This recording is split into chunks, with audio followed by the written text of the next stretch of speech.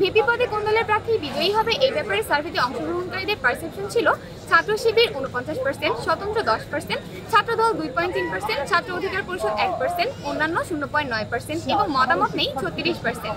VP পদে কোন দলের প্রার্থী বিজয়ী হবে এই প্রশ্নে নারী শিক্ষার্থীদের মধ্যে মতামত নেই রেসপন্স করেছেন 47% অংশগ্রহণকারীরা। পুরুষ শিক্ষার্থীদের মধ্যে এই হার 29%।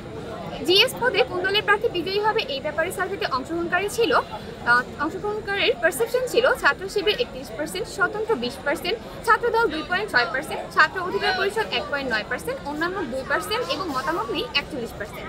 জিএস পদে কোন দলের প্রার্থী বিজয়ী হবে এই প্রশ্নে নারী শিক্ষার্থীদের মধ্যে মতামত নেই রেসপন্স করেছেন 55%, পুরুষ শিক্ষার্থীদের মধ্যে এই হার ছিল 32%। এজিএস পদে কোন দলের প্রার্থী বিজয়ী হবে এই ব্যাপারে সার্ভেতে অংশগ্রহণকারীদের পারসেপশন ছিল ছাত্র শিবির 33%, স্বতন্ত্র 12%, ছাত্রদল 6.1%, ছাত্র অধিকার পরিষদ 1%, অন্যান্য 2% এবং মতামত নেই 44%।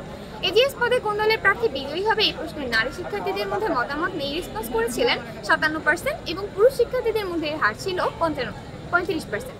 সোচ্চার বাংলাদেশের ইউনিভার্সিটি ক্যাম্পাসগুলোতে ছাত্র নির্যাতনের বিরুদ্ধে গবেষণা ও অ্যাডভোকেসিমূলক কাজ করছে। এখন আমি এই গবেষণাটির সারসংক্ষেপ প্রেজেন্ট করতে যাচ্ছি। জরিপে মোট অংশগ্রহণকারী ছিল 1284 জন। 79% শিক্ষার্থী রাকসুতে ভোটাধিকার প্রয়োগ করবে। 85% শিক্ষার্থী মনে করেন নির্বাচন সুষ্ঠু এবং নিরপেক্ষ হবে।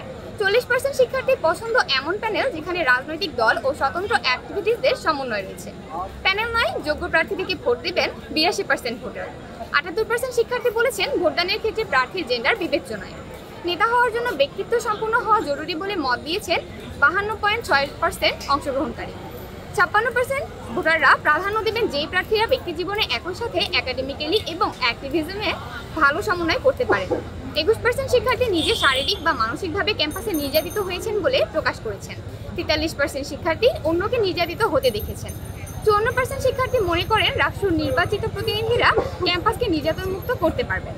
রাকসু প্রতিনিধিদের কাছে শিক্ষার্থীদের কয়েকটি মৌলিক চাওয়া হচ্ছে আবাসন সমস্যার সমাধান, খাবারের মান উন্নয়ন, নির্যাতন ও সহিংসতামূলক নিরাপদ ক্যাম্পাস, একাডেমিক পরিবেশের উন্নতকরণ এবং শিক্ষার্থী কেন্দ্রিক প্রতিনিধিত্ব যেখানে দলের ঊর্ধ্বে উঠে শিক্ষার্থীরা প্রাধান্য পাবে।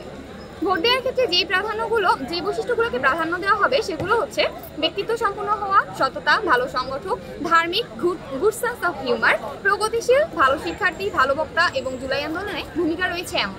যেই বৈশিষ্ট্য থাকলে প্রাধান্য দেবে না বা ভোট দেবে না এমন হচ্ছে ব্যক্তিত্বহীন, মাদকাসক্ত, চাঁদাবাজি ও দুর্নীতিমূলক কর্মকাণ্ডের সাথে জড়িত রয়েছে, যৌন কেলেঙ্কারি আছে, ধর্মবিদ্বেষী, সন্ত্রাসী, মিথ্যাবাদী, ছাত্র নির্যাতনে জড়িত ছিল এমন, ধূমপায়ী এবং বদমেজাজি। ধন্যবাদ সবাইকে।